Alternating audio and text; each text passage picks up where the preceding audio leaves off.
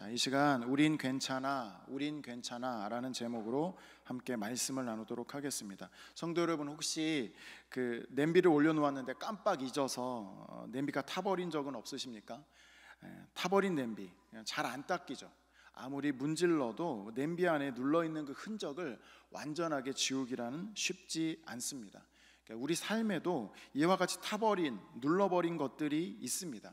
겉으로 보기에는 괜찮은데 안에 지워지지 않는 얼룩과 같은 것들이 있습니다. 우리 삶의 죄의 얼룩들이 남겨져 있습니다. 냄비에 타버린 이 얼룩이 있으면 참 사용하기 어렵습니다. 죄의 얼룩도 남겨져 있으면 인생에 여러 가지 고통을 우리에게 주게 됩니다. 오늘 본문을 보면 하나님은 예루살렘 도성을 이 녹슨 가마, 끓는 가마에 비유하고 있습니다. 하나님께서 에스겔에게 녹슨 가마의 비유를 통해서 지금 길을 닫고 있는 유대 예루살렘 백성들에게 메시지를 전하고 계십니다. 사실 이 가마솥 비유는 유대 예루살렘 백성들이 갖고 있는 잘못된 안정감을 일깨우기 위해서 하나님께서 사용하시는 겁니다. 유대 예루살렘 백성은 잘못된 안정감을 갖고 있었습니다. 자신들이 마치 제사에 사용되는 가마솥, 그 가마솥과 또 그 가마솥 안에 있는 고기와 같다라고 주장합니다. 에스겔 11장 2절에서 3절을 보면 이렇게 나옵니다. 같이 한번 읽어볼까요? 시작. 그가 내게 이르시되 인자야, 이 사람들은 불의를 품고 이 성 중에서 악한 꾀를 꾸미는 자니라. 그들의 말이 집 건축할 때가 가깝지 아니한즉 이 성읍은 가마가 되고 우리는 고기가 된다 하나니.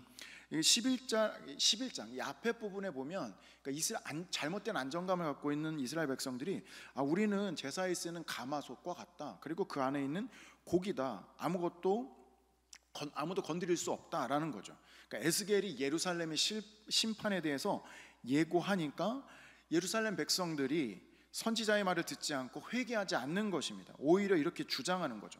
예루살렘의 성읍은 가마솥과 같고, 그리고 제사에 쓰는 이 고기와 가마솥 안에 끓는 고기와 같다. 제사 때 쓰는 가마솥 안에 고기를 하나님께서 구별하셨기 때문에 제사에 쓰는 가마솥이기 때문에 우리들은 보호받을 것이다 라고 반응한 것이죠. 에스겔이 회개를 촉구할 때, 예루살렘의 멸망을 예언할 때 그들은 귀를 닫으며 이런 말을 했던 것입니다. 그러니까 에스겔의 메시지를 받지 않은 사람들의 주장이 이러했던 것이죠. 우리는 하나님의 백성이니까, 이곳에서 하나님께 제사가 드려지는 성전이 있으니까 우리는 문제없어 라고 자만하는 것입니다. 그러나 하나님은 그들에 대해서 분명하게 현실을 지적하십니다. 그들의 우상 숭배와 그들의 불의와 피 흘림과 그리고 그들의 자녀들을 내어주는 인신 제사를 통해서 하나님의 말씀에 떠나 있는 그들 예루살렘 안에 가득한 죄에 대해서 지적하시는 거죠. 겉은 멀쩡해 보이지만 이미 속은 죄로 부패해 있었던 것입니다.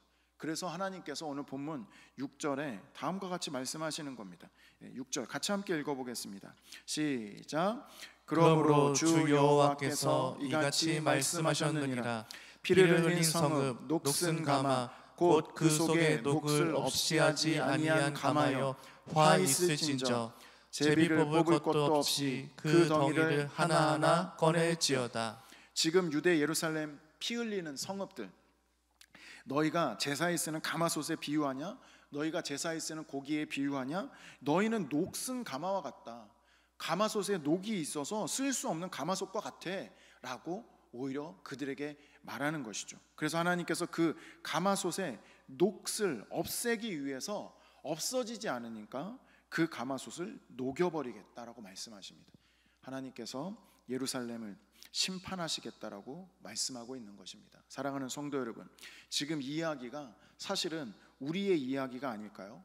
우리 마음에 보이지 않는 녹들이 있지 않습니까?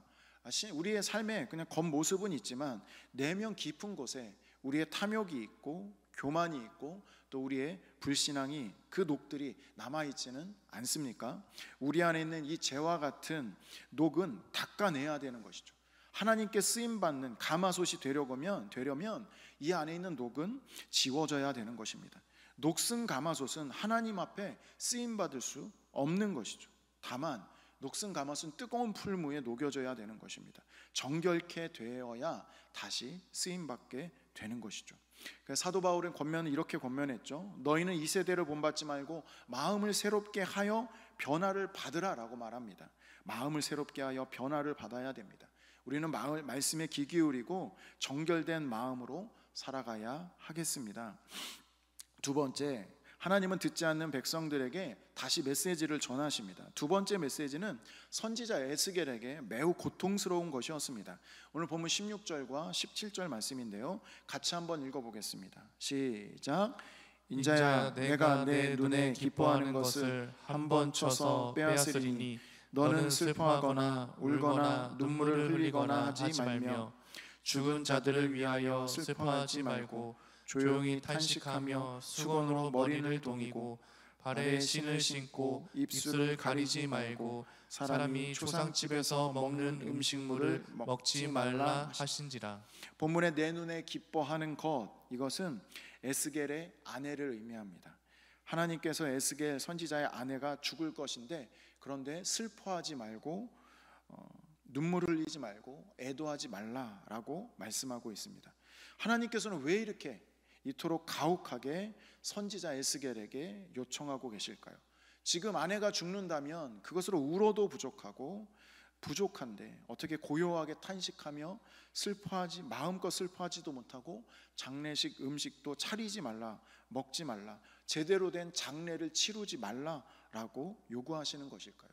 이런 행동은 에스겔에게 요구하시면 하나님께서 예루살렘 성읍 그 백성들이 바벨론 칼에 엎드려져서 그들이 망할 것임을, 심판받을 것임을 명확하게 예고하고 계신 것입니다. 에스겔이 아내가 죽었을 때 이렇게 비정상적인 행동을 분명히 주변에 있는 백성들이 보았을 것입니다. 그래서 선지자에게 찾아와서 물어봤겠죠. 선지자님, 왜 그러세요? 지금 왜 아내를 왜 제대로 장례하지 않으시고 애도하지 않으십니까? 무슨 뜻이 있습니까? 라고 했을 거예요. 그때 에스겔은 백성들에게 이렇게 얘기했겠죠. 지금 내가 아내의 죽음을 제대로 애도할 수 없는 것처럼 하나님께서 예루살렘의 멸망의 날을 결정하셨다. 그날에는 울지도 못할 것이고 제대로 슬퍼할 수조차도 없으며 장례조차도 제대로 할 수 없는 상황이 될 것이다. 그냥 서로 마주보며 탄식만 하게 될 것이다 라며 선지자는 그들에게 메시지를 전합니다. 지금 에스겔의 아내의 죽음 앞에 제대로 슬퍼하지 못하듯이 예루살렘의 심판으로 백성들이 슬퍼할 겨를조차 없는 상황이 될 것이다 라고 예고하고 있는 것입니다. 성도 여러분, 우리는 하나님 없이 문제 해결할 수 있다라고 착각하고 있지는 않습니까? 우리는 평안하다, 나는 신앙이 있으니까 괜찮다, 나는 교회에 다니고 있으니까 이렇게 자만하고 있지 않습니까? 그냥 괜찮다, 평안하다라고 잘못된 안정감을 갖고 있지는 않습니까? 하나님께 기도하고 묻지 않고 자기 생각으로 살아가고 있지는 않으십니까? 하나님께서 역사를 주관하시는 분인데 내 안에 두려움에 또 문제 해결을 다른 것에서 찾으려 하고 자기가 보기 좋은 것에 의지하려고 분주하지는 않습니까? 회개하지 않는 마음, 주를 의지하는 마음, 안일한 마음, 이런 것들은 우리가 모두 녹여내야 하는 것입니다. 사랑하는 성도 여러분, 지금 우리가 평안하다고 문제 없다고 여길 것이 아닙니다. 당시 예루살렘에 살던 백성들 자신들만큼은 하나님의 성전이 그곳에 있기에 보호받을 것이다 라는 잘못된 안정감을 가지고 살았습니다. 자신들은 하나님의 성전과 함께하니 괜찮을 거야, 그런 기대 속에 살았습니다. 에스겔과 같이 포로로 미리 잡혀간 사람들은 그냥 자신들의 죄 때문에 그들은 그렇게 고난을 당하는 거야. 그렇지만 우리 지금 여기 있는 우리는 모두 괜찮을 거야 라고 착각하면 안 되는 것이죠. 이건 저 사람만의 문제지, 우리는 혹시 이렇게 얘기하지 않습니까? 한국교회가 문제야 라고 말하지는 않습니까? 목사가 문제지, 장로들이 문제야 라고 우리는 핑계댈 수 없습니다. 만일 지금 문제가 있다면 그건 나의 문제이고 우리의 문제인 것입니다. 성숙한 성도는 문제 앞에서 자신의 삶을 되돌아보고 그리고 회개하는 성도입니다. 하나님께서 진정으로 바라시는 것은 바로 하나님 앞에 우리 자신이 가지고 있는 이 녹슬어버린 가마솥과 같은 존재라고 우리가 먼저 고백하고, 그리고 회개해야 하나님의 은혜가 있는 줄 믿습니다. 그 회개가 있을 때 회복이 시작되게 됩니다. 성도 여러분, 또한 그거 아십니까? 오늘 본문 에스겔 아내를 잃고 슬픔에도 불구하고 마음껏 애통하지 못하는 이 선지자의 심정은 무엇일까요? 아무리 하나님의 말씀을 전해도 깨어 일어나지 않는 이스라엘 백성을 보는 이 선지자의 마음은 얼마나 힘겨웠을까요? 사실 이 고통은 우리 하늘 아버지의 마음이십니다. 하늘 아버지께서 그의 독생자 예수 그리스도를 이 땅에 보내시고 하나님의 아들 예수께서 십자가에 죽으심으로 그때 하나님께서는 숨 죽이고 계셨습니다. 하나님이 세상이 받아야 할 그 죽음의 고통을 그 아들에게 전가시키셨습니다. 그 아들이 나의 하나님 어찌하여 나를 버리십니까? 라고 탄식할 때 하늘 아버지께서는 잠잠하셨습니다. 그냥 잠잠하셨습니다. 왜 그럴까요? 바로 그 백성들을 깨우고 그리고 죄악 가운데 있는 우리를 구원하시기 위해 하늘 아버지께서는 잠잠하셨습니다. 하늘 아버지께서는 독생자 예수 그리스도의 십자가 죽음 앞에 잠잠하셨습니다. 이 이야기가 절망만의 이야기는 아닙니다. 왜냐하면 녹슨 가마솥과 같은 우리를 위해서 하늘 아버지께서 그의 아들 예수 그리스도를 보내셨기 때문입니다. 예수님은 우리의 그 죄의 녹을 깨끗하게 하시기 위해서 십자가에서 피 흘려 죽으셨습니다. 십자가의 보혈로 우리의 죄의 녹을 깨끗하게 하셨습니다. 그러기에 혹 고난이 있을지라도 우리는 소망을 가질 수 있습니다.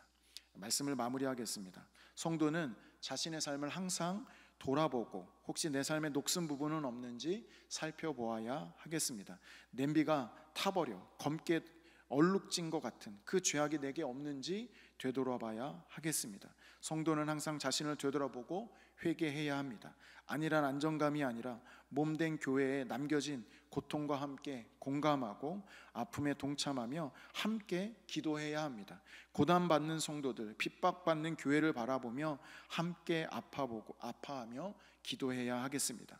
문제 앞에 저것은 교회가 문제지, 저것은 목사의 문제야, 장로 탓이야, 누구 탓이야, 저 집사 탓이야, 이런 것이 아니라 나는 괜찮지 라고 착각하지 아니하고 하나님 앞에 나 자신과 공동체를 보며 울어야 하겠습니다. 그래야 살 수 있습니다. 무엇보다 우리를 위해 고통당하신 그리스도를 바라보시는 성도님들 되시기를 소망합니다. 아들을 이 땅에 보내시고 십자가에 죽는 그 순간에도 슬퍼할 수 없었던 하나님의 사랑의 그 마음을 알아야 하겠습니다. 그리스도께서 우리의 죄의 녹을 깨끗하게 씻어주신 그 긍휼과 사랑을 기억해야 하겠습니다.